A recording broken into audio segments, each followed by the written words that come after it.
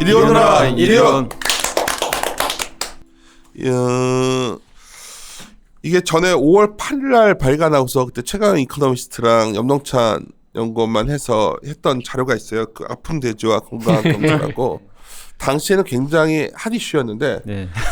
트럼프가 모든 이슈를 지금 잡아먹었어요. 제 주민무역 분쟁이. 네. 근데 사실 이게 또 현 시점에서 한 번 더 저희가 그날 신중호 팀장이랑 그 최지현 연구원은 그때 발표를 안 했었거든요. 그때 다 일정들이 있고 LME 갔었고 여기는. 네. 그런데 왜 하냐면 제가 생각하는 상황이 그래요. 그래서 지금 만약에 여기서 중국이 이 문제가 또 불거져 버리면 이건 정말 좀 약간 꼬이는 상황일 수도 있기 때문에 다시 한번 짚고 가자는 의미로 하는 겁니다. 그래서 하여튼 그런 시간으로 하여튼 가격을 고민하다 아픈 돼지와 건강한 경제 다시 한번 이어서 65회 진행하도록 하겠습니다.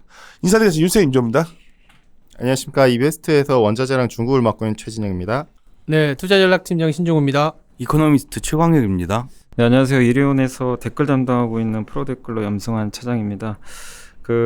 어제 이제 녹음했잖아요. 근데 네. 댓글 올라왔는데 윤세님 감기 걸리신 것 같아서 좀 빨리 좀 나으셨으면 좋겠다고 하셨고요. 그리고 어제 이제 장시간에 걸쳐서 사실 어떻게 보면 이제 양은모 연구원이 굉장히 좀 좋은 자료 내주셨다고 고맙다고 했는데 본원 통화량과 통화 속도가 좀 다르다는 개념이라는 걸 자기도 이번 좀 새롭게 배웠다고 좀 너무 감사했다. 그리고 양은모 연구원 좀 너무 힘들어하는 것 같은데 안 힘내라고 하셨고 그리고 저희가 이제 이번에 그 SK 브로드밴드 그 BTV에 나가잖아요. 그래서 한 분이 물론 이제 농담조로 하셨는데 이러다 좀 넷플릭스까지 전혀 진출하는 거 아니냐. 1%의 가능성도 없고 다시 말씀드리지만 연락이 와가지고 저희가 하게 됐는데 사실 뭐 새로울 건 없고 몇 가지 좀 추가하는 게 있는데 그거는 뭐 차후로 거기서 진행을 하겠죠.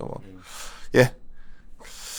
사실 오늘 이걸 하면서 시작하기 전에 좀 얘기하고 싶은 게 시장 전반에 대해서 우리 이코노미스트랑 전략팀장 와 있으니까 물론 다음 주 월요일마다 하지만 뭐 얘기를 하고 싶어요. 근데 제가 오늘 낮에 이 와중에 지금 잠깐 그 경제 TV, 증권 TV 잠깐 왔는데 갑자기 이제 말을 시키시더라고. 그분 편하니까. 그래서 생각난 거예요. 제가 원래 이게 변수가 상수화된다는 말을 참 좋아하잖아요. 예. 제가 그래서 결국 미중 무역 분쟁도 상수화되는 거 아니겠는가 했는데 이런 생각이 들더라고. 그 공포 영화와 재난 영화의 차이 있잖아요. 공포 영화는 막 당장 앞에서 막 좀비들이 막 달려오고 있으면 엄청 무서운데 무서워 하고서 눈 딱 뜨고 나면 영화 끝나고 나면 현실이 아니니까 두려울 게 없는데 재난 영화는 진짜 현실인 경우도 많죠. 재난이라는 거는 이게 정말 재난까지 가는 건지 그냥 지금 나는 공포 영화 불과하다 보는데 이 재난으로 간다는 것은 어떤 조건이 충족돼야 재난이 가는 건지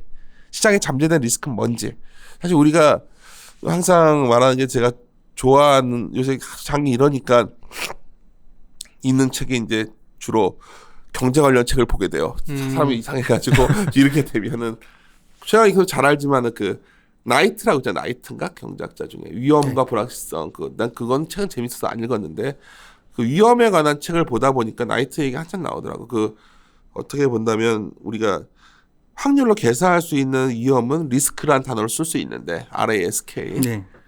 그걸로 할 수 없는 위험은 데인저라는 단어가 또 있더라고. 그렇죠. 단 거, 데인저. 조크인데 조크. 어쩜 이렇게 다들 분위기가 쫙쫙 앉아가지고. 그래서 지금이 혹시 그런 상황 약간 지금 그래서 장이 안 되는 것 같아요. 그러니까 혹시나 그런 재난일 수도 그러니까 가능성이 되게 낮은데 재난일까봐에 대한 두려움 막 그런 느낌을 받았는데 강영이 최강희 기사부터 어떤 생각해? 재난이 될까봐 지금 상황이 그럴 가능성은 있어 좀이라도? 참 보면 막 계속해서 관세 부과하고 오래 가도 재난으로 안 가지 않아? 관세 부과만으로는 재난으로 못 가요. 그러니까. 관세 부과만으로는 재난으로 못 가고 만약에 제가 전에도 말씀드렸잖아요. 가능성이 있는 건 뭐 시장에서 많은 사람들이 그게 되겠어라고 생각하는 그게 중국에서 국채를 우리는 팔겠다라고 공식적으로 얘기를 해버리고 그건 정말 재난이다. 예, 그러면은 재난으로 가겠죠. 그럼 중국이 망하는 길이. 예. 야 미쳤냐 그걸 왜 해 중국이? 예? 아니 그뭐 안 하는 못 사죠. 차이나 부채가 그렇게 그걸 예. 해서 아무 이득이 없어 미국 중국은. 이득이 없죠. 이득이 없죠. 이득이 없는데 자해냐 자해. 자해죠 자해. 근데 이게 뭐냐면은 자해를 해서라도 시진핑이 나에 대한 카리스마를 지키겠다라는 돌아버리겠다. 그거죠. 그러면 이제 데인저인데 그거는 뭐 그러니까 만약에 재난이라면 그거고요. 저는 오히려 많은 사람들이 3월에 제가 들었던 얘기가 저는 왜 그러나 싶었어요. 사실 그게 해결될 거라는 생각은 한 번도 해본 적이 없었거든요. 그러니까 내가 보자면 최강 이코노미스트는 이거 20차 가도 해결 안 된다. 네, 근데 3월 초부터 시작해가지고 제가 가서 중미무역 분쟁 얘기를 하거나 아니면 누가 중미무역 분쟁 얘기를 저한테 하거나 이거는 끝난 이슈 아니냐라고 얘기를 하시더라고요. 이게 왜 그러냐면 내년 선거가 있으니까 선거 때 트럼프가 끌고 가겠냐 이런 말을 많이 했었지. 그렇죠. 선거를 생각해도 끝내긴 끝내야 되는 건 맞는데 그건 확실한 건데. 정도건. 예, 근데 이렇게 무시할 만한 이제 요번 달에는 다 끝났다라고 할 만한 건 아니었거든요. 근데 그거 너무 기대가 컸었던 게 아닌가 싶어요. 그다음에 최진영 먼저 네가 그다음에 하는 거다. 진영이 생각 어때? 우리들 생각 너 중국 담당 이코노미스트 역할을 하고 있으니까 중국 현지 분위기는 어때요? 타도 미국이야? 뭐 사실 그건 약간 이제 친중국이잖아. 최진영. 중국 친구들 많고. 뭐 CCTV나 이런 쪽에서는 언론 보도는 그런 식으로들 얘기를 하죠. 내가 어제 이제 워윈이랑 같이 어디 수다 자리에서 들은 얘기는 중국 분위기는 정말 애국 뭐 항전 뭐 이런 분위기라고 하더라고. 언론은 언제 그렇게 난리 나오더라고. 띄워놓거든요. 왜 그러는 거야 중국은 지금? 근데 아니, 근데 저는 어떤 생각을 하냐면은 주가가 빠지고 위기가 증폭될 때의 뉴스 플로우는 보는 사람의 프레임에 따라 해석이 달라져요. 왜냐하면 이런 얘기 왜 들었냐면 덴저냐 리스크냐라는 얘기를 하셨기 때문에 덴저라고 따지면 우리가 가까운 사례에는 금융위기가 있었잖아요. 그치. 우리가 알 수 없는 소용돌이 여기서 터지고 저기서 터지고 디폴트 나고 자금을 회수를 해야 되고 크레딧 스프레드 행동의 결과를 측정할 수 없는 위험. 근데 리스크는 뭐냐면 가까운 사례가 2011년에서 12년 그리고 2014년 15년 넘어갈 때 리스크는 뭐냐면 2011년에서 12년에 어떤 일이 있었냐면 그리스 재정 위기, 유럽 재정이 유로가 해체된다. 뭐 GDP 막 이렇게 되고 이제 더 이상 뭐 미국은 그때 성장이 안 나오고 중국은 구조조정 해야 되고 다 끝났다. 2011년, 12년 때 다 끝났다고 했는데 우리나라도 끝났다라고 하는 게 물론 좋아진 건 아니지만 박스권 유지했었거든요. 왜? 그만큼 정책적인 대응이 나왔어요. 금리를 충분히 내려주고 QE를 해주고. 그때 지금보다 더 험했어요. 그때는. 알지.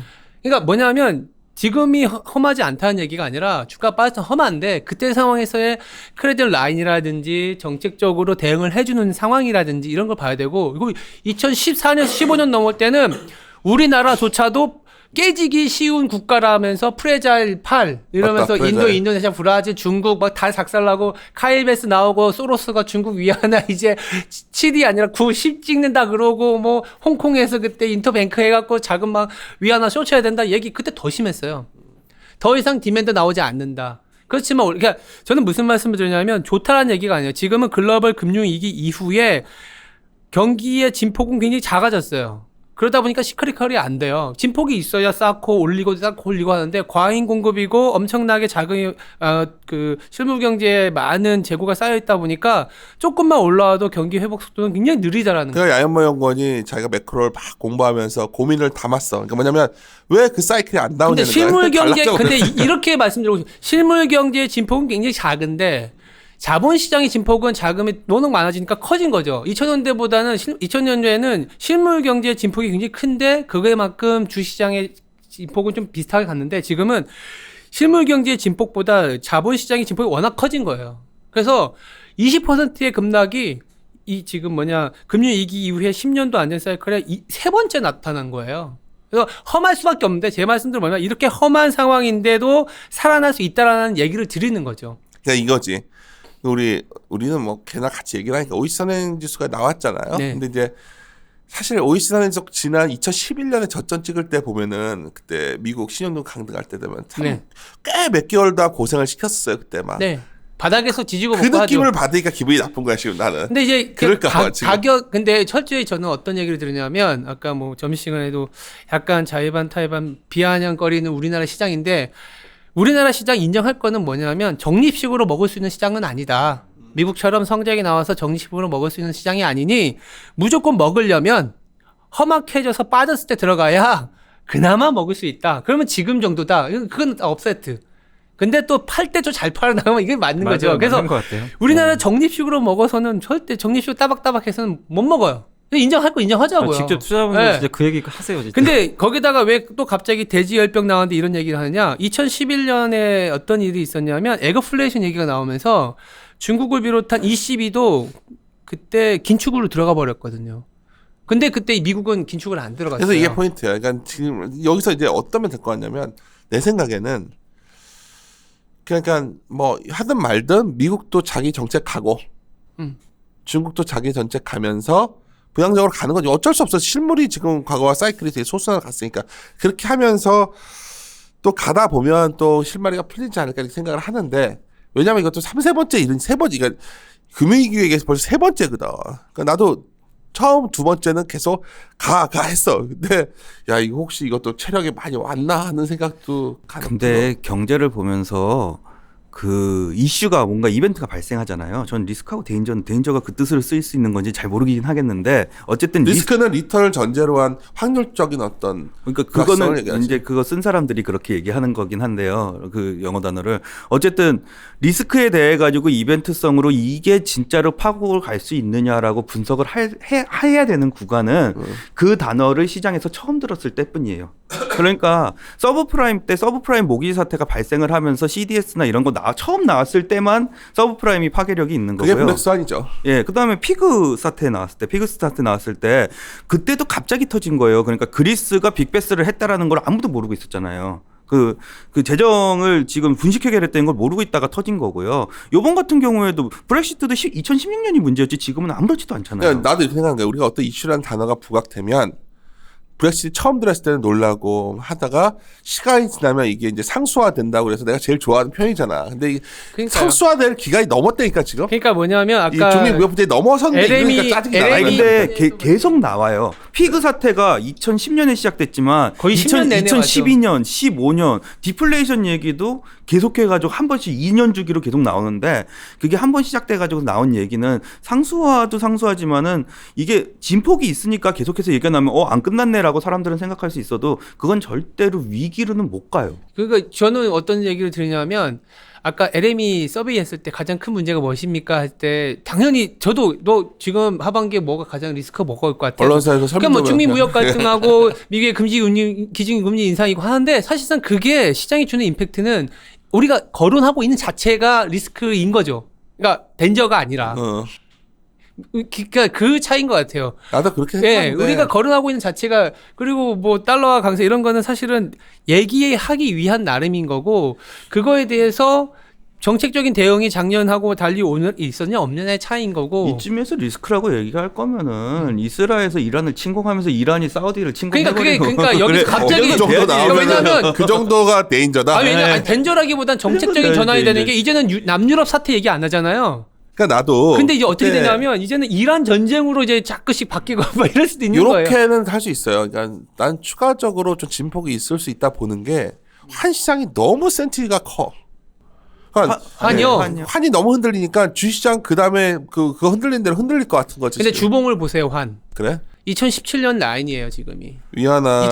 우리가 2016년에서 17년 갈 때 환이 아름답게 강세로 간 것 같지만 그렇지 않았어요. 2016년에서 17년 넘어갈 때 주가 굉장히 좋았거든요. 물론 지금의 환이 주가의 어떤 매도세를 촉발한 건 맞는데 지금 레벨을 보면 물론 단기간에 너무 갑자기 급등한 건 사실이잖아요. 그건 맞는데 지금까지 한국 경제에 가지고 있던 모든 그나마 괜찮다라던 요소들이 다 사라졌어요.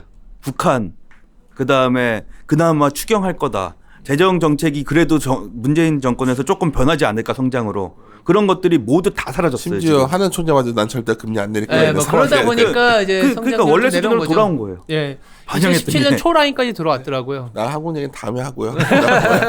지금 말하고 싶은 거는 우리가 15일 날 때 자료를 8일 냈었는데 그러니까 이걸 고민하다 보니까 이제 남은 수순은 뭐냐면 나 관세를 부과할 것 같아요. 부과해서 액션이 진행될 것 같아. 진행되면 이제 수순이 다음이 뭐냐면 연준을 계속 트럼프가 압박하겠지만 연준이 이렇게 액션할지는 잘 모르겠어. 연준이라는 것은 독립적이기 때문에. 근데 중국은 액션을 할 것 같단 말이야. 지준율 벌써 내렸죠. 그래서 내리고 막 할 것 같은데 이제 만약 돼지열병이 이상해져가지고 이게 정말 막 심각해지면 어제 통계청에서 별거 아니라고 얘기를 했더라고. 예. 근데 이게 일단 돼지열병 문제를 난 다시 좀 봐야 되는 것 같아. 이게 만약 이게 혹시 약간 꼬이면 스텝이 꼬일 수도 있잖아. 글쎄요. 근데 제가 원자재 측면에서 이번에 썼던 거거든요. 제 쪽 파트는. 근데 원자재 측면에서 바라봤을 때 가격의 대지열병 얘기 좀 해줘요. 내가 처음부터. 아, 이게 예. 그 자료에서 그때 8일 자료 중국 이 돼지열병이 뭐고 이게 갑자기 이번에 생긴 것도 아니잖아. 이게 사실. 예. 거기부터. 일단은 돼지 열병 같은 경우에는 좀 오래됐습니다. 그냥 아시아에서는 이례적으로 되게 발생한 건데 사실 돼지 열병은 역사가 좀 길어요. 1921년부터 그래요? 이제 케냐에서 먼저 발생해가지고 지금까지 발생하고 있는 건데, 근데 뭐 돼지 열병이 발병되는 조건이나 뭐 이런 걸 갖다 놓고 봤었을 때 어떤 경로로든 일단 발병이 가능합니다. 발병이 가능한데, 근데 그동안에 아시아 지역에 없었던 이유는 사실 말 그대로 아프리카 쪽이거든요. 보통 유통 경로나 이런 걸 봤었을 때는 유럽이 더 가능성이 높지 아시아 쪽은 아니거든요. 근데 이번에 좀 리스크가 터졌던 이유는 이게 아프리카에서 동유럽, 동유럽에서 러시아 이렇게 퍼지다가 나중에 중국 심양으로 넘어간 거거든요. 그게 확산돼서 러시아에서 들어온 거구나 이게. 뭐 사실 그게 추정하기 어렵습니다. 이게 러시아를 통해서 들어왔는지. 근데 정확한 건 심양이 제일 먼저 터졌었거든요. 근데 뭐 물론 심양이 또 러시아랑 가까이 있기도 한데 중요한 거는 중국이 그 다음에 터지고 그 다음에 아시아에서 처음으로 중국이 터진 거죠. 그 다음에 몽골과 캄보디아와 베트남이 같이 터져버린 거고요. 연달아서. 어찌됐건 돼지 열병은 근데 과거에도 바라봤었을 때 한 번도 사라진 적이 일단 없습니다. 이제 뭐 유럽도 열심히 없앤다고는 하는데 동유럽 지역에서도 그나마 없앤 사례가 스페인 정도? 근데 스페인도 되게 몇십 년 동안 고생을 했다라고 하더라고요. 언론 기사라든가 이런 거 갖다 좀 찾아보면은 뭐 살처리라든가 이런 거에 있어서도 굉장히 좀 엄격하게 처리했었고, 뭐 그렇기 때문에 어찌됐건 이번 돼지 열병에 있어서는 뭐 가격 측면에서는 지금 현재로서는 우상향하는 그림은 맞다. 돼지 가격 자체가. 근데 내가 들었던 게 이제 저번에 최강에서 와서 설명을 해줬어요. 사육두수가 뭐 줄고 있고 뭐 했는데 내가 이걸 왜 봤냐면 이게 이제 핵심이 또 미국과 관련될 수밖에 없는 게 돼지 가격이 혹시 많이 번져서 문제가 되면 미국에서 돼지를 많이 수입하면 되는데 미국이랑 분쟁이 저렇게 있으면 수입 안 하는 거 아니야?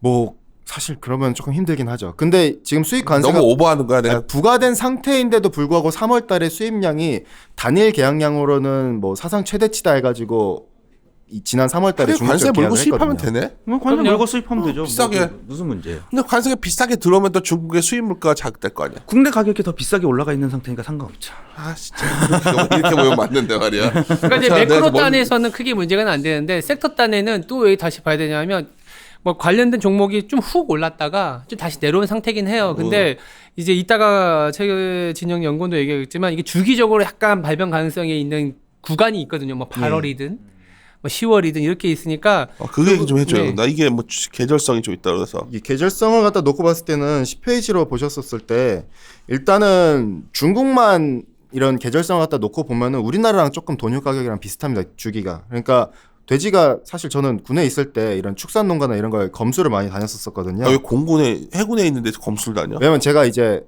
쏘이 때는 급양 과장이었어가지고. 도대체 해군에 있으면서 배는 안 타고 맨날 이렇게만 하고 다니고 말이야. 그러니까 일단은 뭐 이런 축산 농가나 이런 거 가보면은 돼지가 되게 이런 위생에 되게 민감합니다. 그래서 막 감기만 걸려도 죽는 경우가 있고요. 그리고 뭐 조금만 지저분해도 바로 또 죽어요. 되게 되게 깨끗한 맞아요. 동물이에요. 네, 되게 깨끗한 동물이에요, 전 사실. 돼지를 잘 안 먹어서 그래 살찐 사람들 너무 이상하게 깔끔해. 웃는 게 왜 날 보고 웃어? 갑자기 몸도 안 좋고 이 아픈 몸을 입고 내가 이러고 있는데 지금. 일단은 뭐 저도 저희 집에 뭐 돼지고기 집도 하고 돼지 유통도 쪽도 하고 맞다. 있어가지고 이렇게 부사에서 하고 있습니다. 가네요 진짜. 잘 알겠네. 이제 또 뭐 얘기를 갖다 많이 들으니까 보면은 사실 돼지가 그만큼 청결해야 되고 그 다음에 우리나라도 중국이랑 비슷한 게 돼지 가격 자체가 주기가 비슷해요. 딱 그냥 딱 죽는 시기가 거의 있어요. 폐사량이 높아지는 시기가. 그러니까 여름 보통 아니면 겨울 그런 시기로 봐주면 될 것 같고요.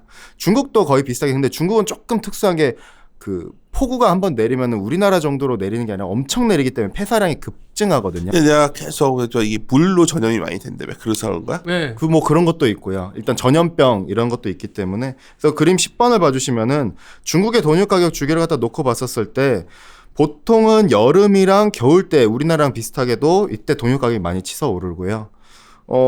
아프리카 돼지 열병이랑 같이 좀 놓고 보면은 마찬가지로 돼지 열병도 여름과 겨울 때 좀 많이 좀 발병하는 걸 갖다 볼 수가 있습니다. 이게 동유럽 사례를 갖다 놓고 보면은 그럼 중국이랑 같이 놓고 봤었을 때 가격의 주기로 보면은 8월 그리고 12월 달이 가장 좀 가격이 크게 치솟아 오를 수 있는 구간이라 볼 수 있겠고요. 그러면 돈육 관련 뭐 종목들도 지금이야 좀 뭐 눌렸다라든가 뭐 이런 얘기들이 나오고 있지만은 이때 또 한 번 더 치솟기 시작하면은 다시 한 번 더 또 되돌아보기 시작할 수가 있는 거고요.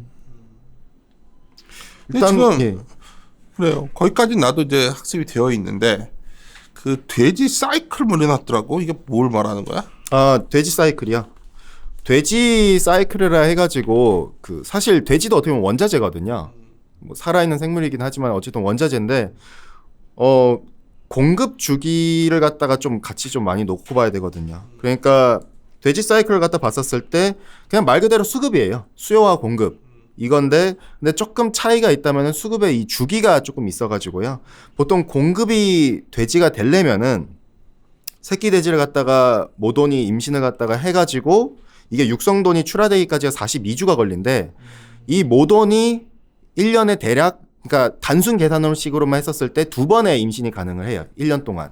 그러면은 못해도 52주 동안 2번의 육성돈을 갖다 출하할 수가 있는데 한 번 새끼를 갖다가 이제 나왔을 때 보통 최대 이제 최소 6마리에서 못해도 뭐 12마리에서 13마리 정도가 낳는데 이걸 두 배로 갖다가 낳는다고 보면 되겠죠. 근데 공급이 확 늘어나려면 한마디로 시차가 존재하기 때문에 그렇기 때문에 이러한 돼지 사이클이 있다라고 말씀을 드리는 거고요. 중요한 거는 중국의 가격 주기를 갖다가 그 좀 제일 중요하게 바라봐야 되는데 그림 19번처럼 이번에 어제 통계국에서도 얘기를 했지만은 여전히 돈육 가격은 치솟을 겁니다. 내년 5월까지 저는 좀 치솟을 거라고 보고 야, 있고요. 그렇게 치솟으면 최강 선수 이거 영향 좀 주지 않아? 영향을 주긴 하는데 그 영향이 되게 작아졌다는 거죠. 저번에 말했던 게. 예. 그러니까 지금처럼 정책을 쓰는 구간에서는 영향이 더 커지지 않아? 정책을 써야 되는 그러니까 구간에서. 2016년이었나요? 예. 2016년에 돼지고기 가격이 거의 역사상 최고치까지 갔었거든요. 근데 CPI는 안 움직였어요. 그래서 그렇죠. 이 차트 보면 그림 19보면 16년 7월이 키로당 거의 30위안까지 갔었네요. 네. 신기하네. 근데 차트가 거의 순환적이네. 이게 올랐다 내렸다 사이클이 올랐다 있게 내렸다 있더라고, 올랐다 내렸다. 돼지고기가.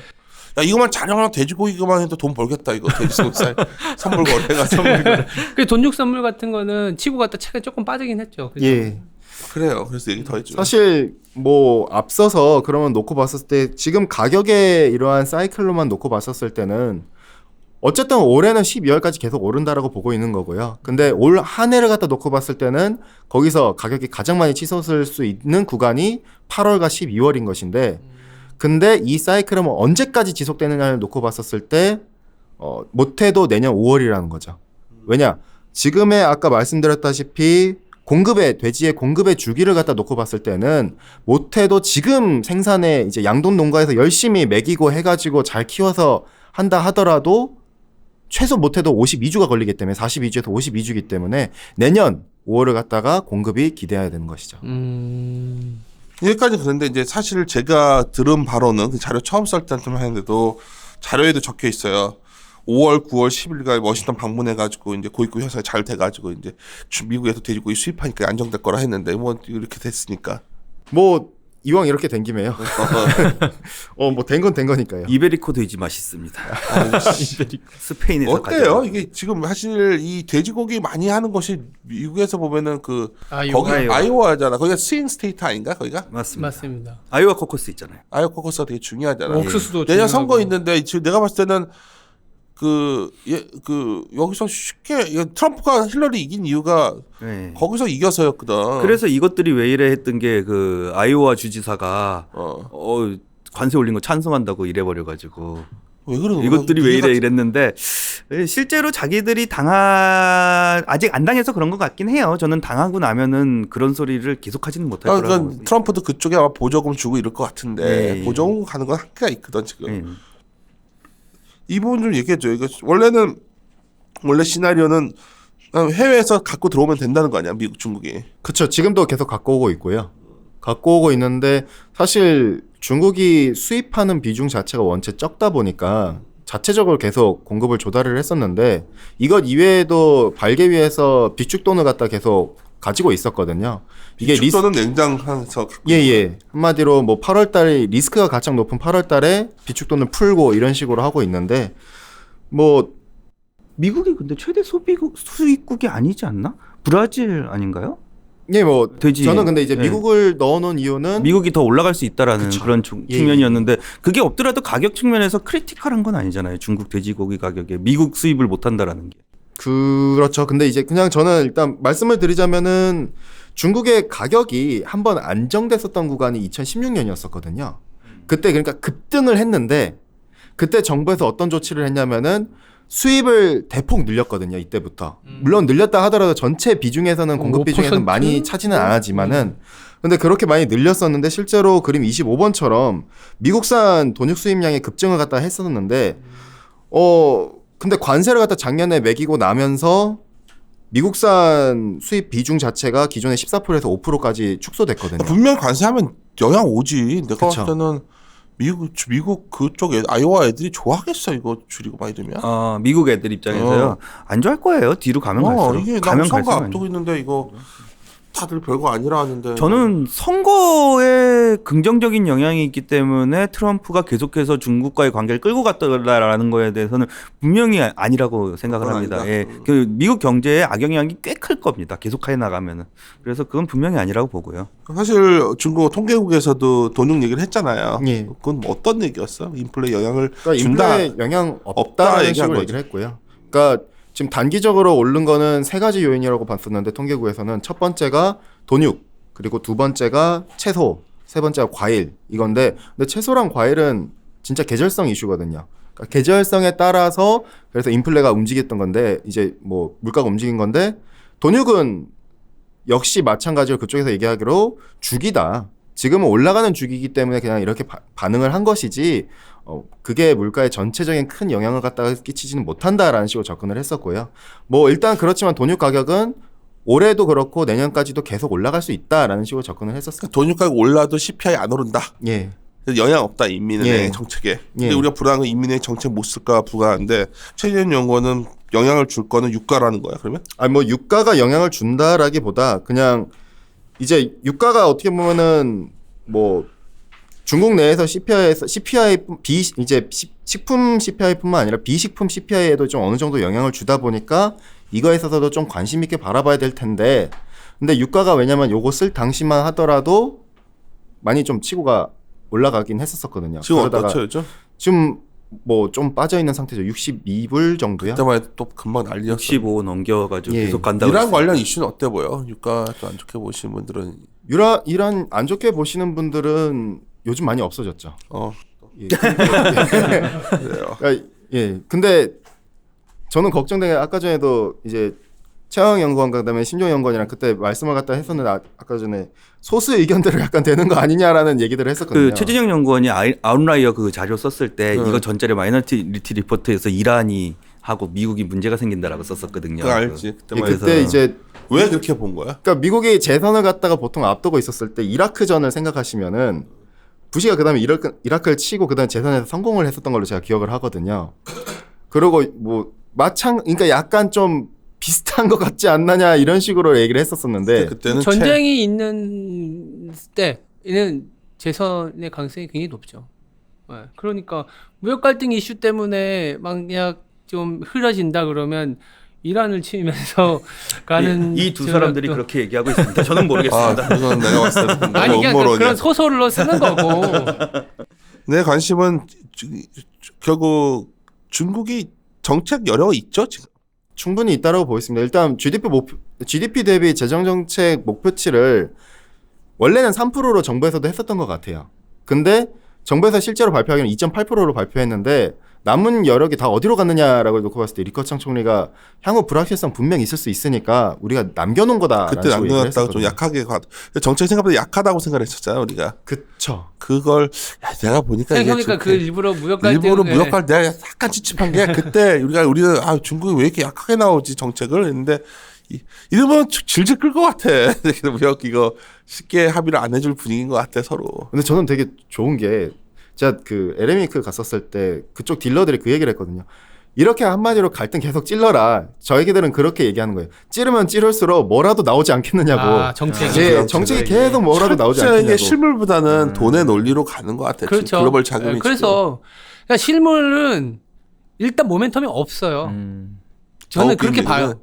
미국은 그냥 꿈을 주어서 계속 가는 거고 이런 4차 혁명에 이렇게 쭉 가고 멜로디는 계속 주고. 저번 주에 이게 비하인드인데 체크 보는 애들 있잖아. 채권 쪽 애들 계속 체크 보고 있다가 내가 너한테 그 얘기했던 거 아니야. 저번 주부터 이제 체크에 자꾸 채권 국내 원화 채권을 자꾸 사는 게 있어서 또 알아봤었나 봐. 근데 논리는 심플하더라고요. 얘들이 원래 워낙 강해질 때 채권 사는데 그냥 막말로 1140원 다시 간다 보고 1180원에 채권 사버리는 거야 지금. 근데 그게 맞는 플레이긴 해요. 원래 그 그러니까 채권하고 다 이렇게 난리 나서 막 1200원 넘어가더니 난리인데 얘들은 1200원 가도 상관없다 이거지. 어차피 1140원 한번 가면. 환을 해석하는 아니, 게 지금 어차피 문제가 생기면은 그거잖아요. 기준금리 내릴 수도 있잖아요. 그러니까 사놓으면 돼요. 그 얘기를 하면서 채권 쪽 사이드에 있는 친구만 이거 혹시 채권 전문가 들으면 쟤를 마바라틱하다는데 난 잘 모르겠어요. 내가 아는 애니까 가끔 그쪽 시장 궁금하면 내가 통화하는 애인데 나한테 뭐라고 하냐면 형 그러더니 형 이거 들어봐. 그러더니 이제 뭐냐면 성장률 얼마 나올 건지 계속 물어보더라고 나한테. 그래서 내가 노무라가 뭐 말해도 돼. 노무라가 1.8인가 얘기했었다며 했잖아. 그러니까 2% 초반 아니겠니? 하는 어차피 한번 내리지 않겠냐 뭐 이런 거. 거기다가 솔직히 채권 먹을 게 없다는 거야. 그게 너무 낮아가지고 뭐 요거 할 게 없는데 아니 저거 1180원 90원에 해가지고 1140원만 가면 퍼센테이지 먹는 게 크잖아.